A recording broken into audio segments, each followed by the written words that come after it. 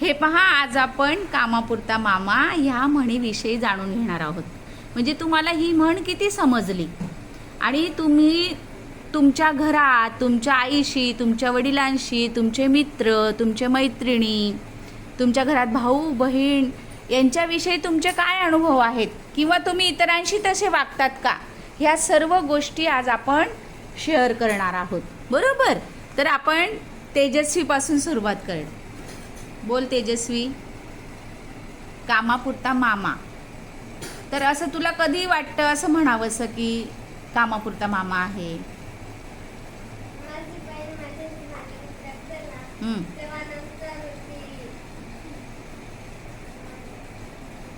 कामच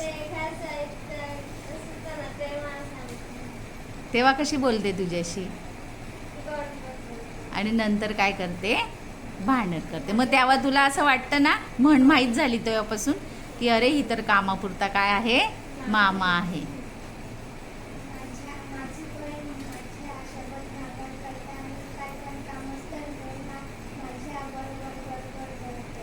अरे वा, म्हणजे तुम्हाला पण अनुभव आलेला आहे. मी माझी बहिणीसोबत भांडण करते. माझं काय काम असलं तर मी तिच्याशी गोड गोड बोलते.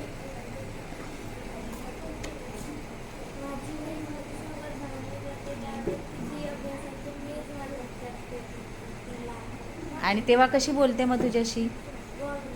गोड गोड बोलते. हो. आम्ही आमच्या शाळेत बचत बँक खोलला आहे. प्रत्येक जण कधी 10 रुपये कधी 5 रुपये असं टाकतं, पण ते वर्षभरात जास्त होऊन जातात. नंतर ते फोडतात तेव्हा जास्ती राहतात. आणि मला असं सांगायचं आहे की या म्हणीबद्दल थेंबे थेंबे तळे साचे ही म्हण लागू. इकडे आठ तिकडे विहीर. जसं की मामा आणि काकाचा भांडण झालं तर ते सांगणार की माझं खरं आहे की माझं खरं आहे. मग झालं ना त्याच्याशी.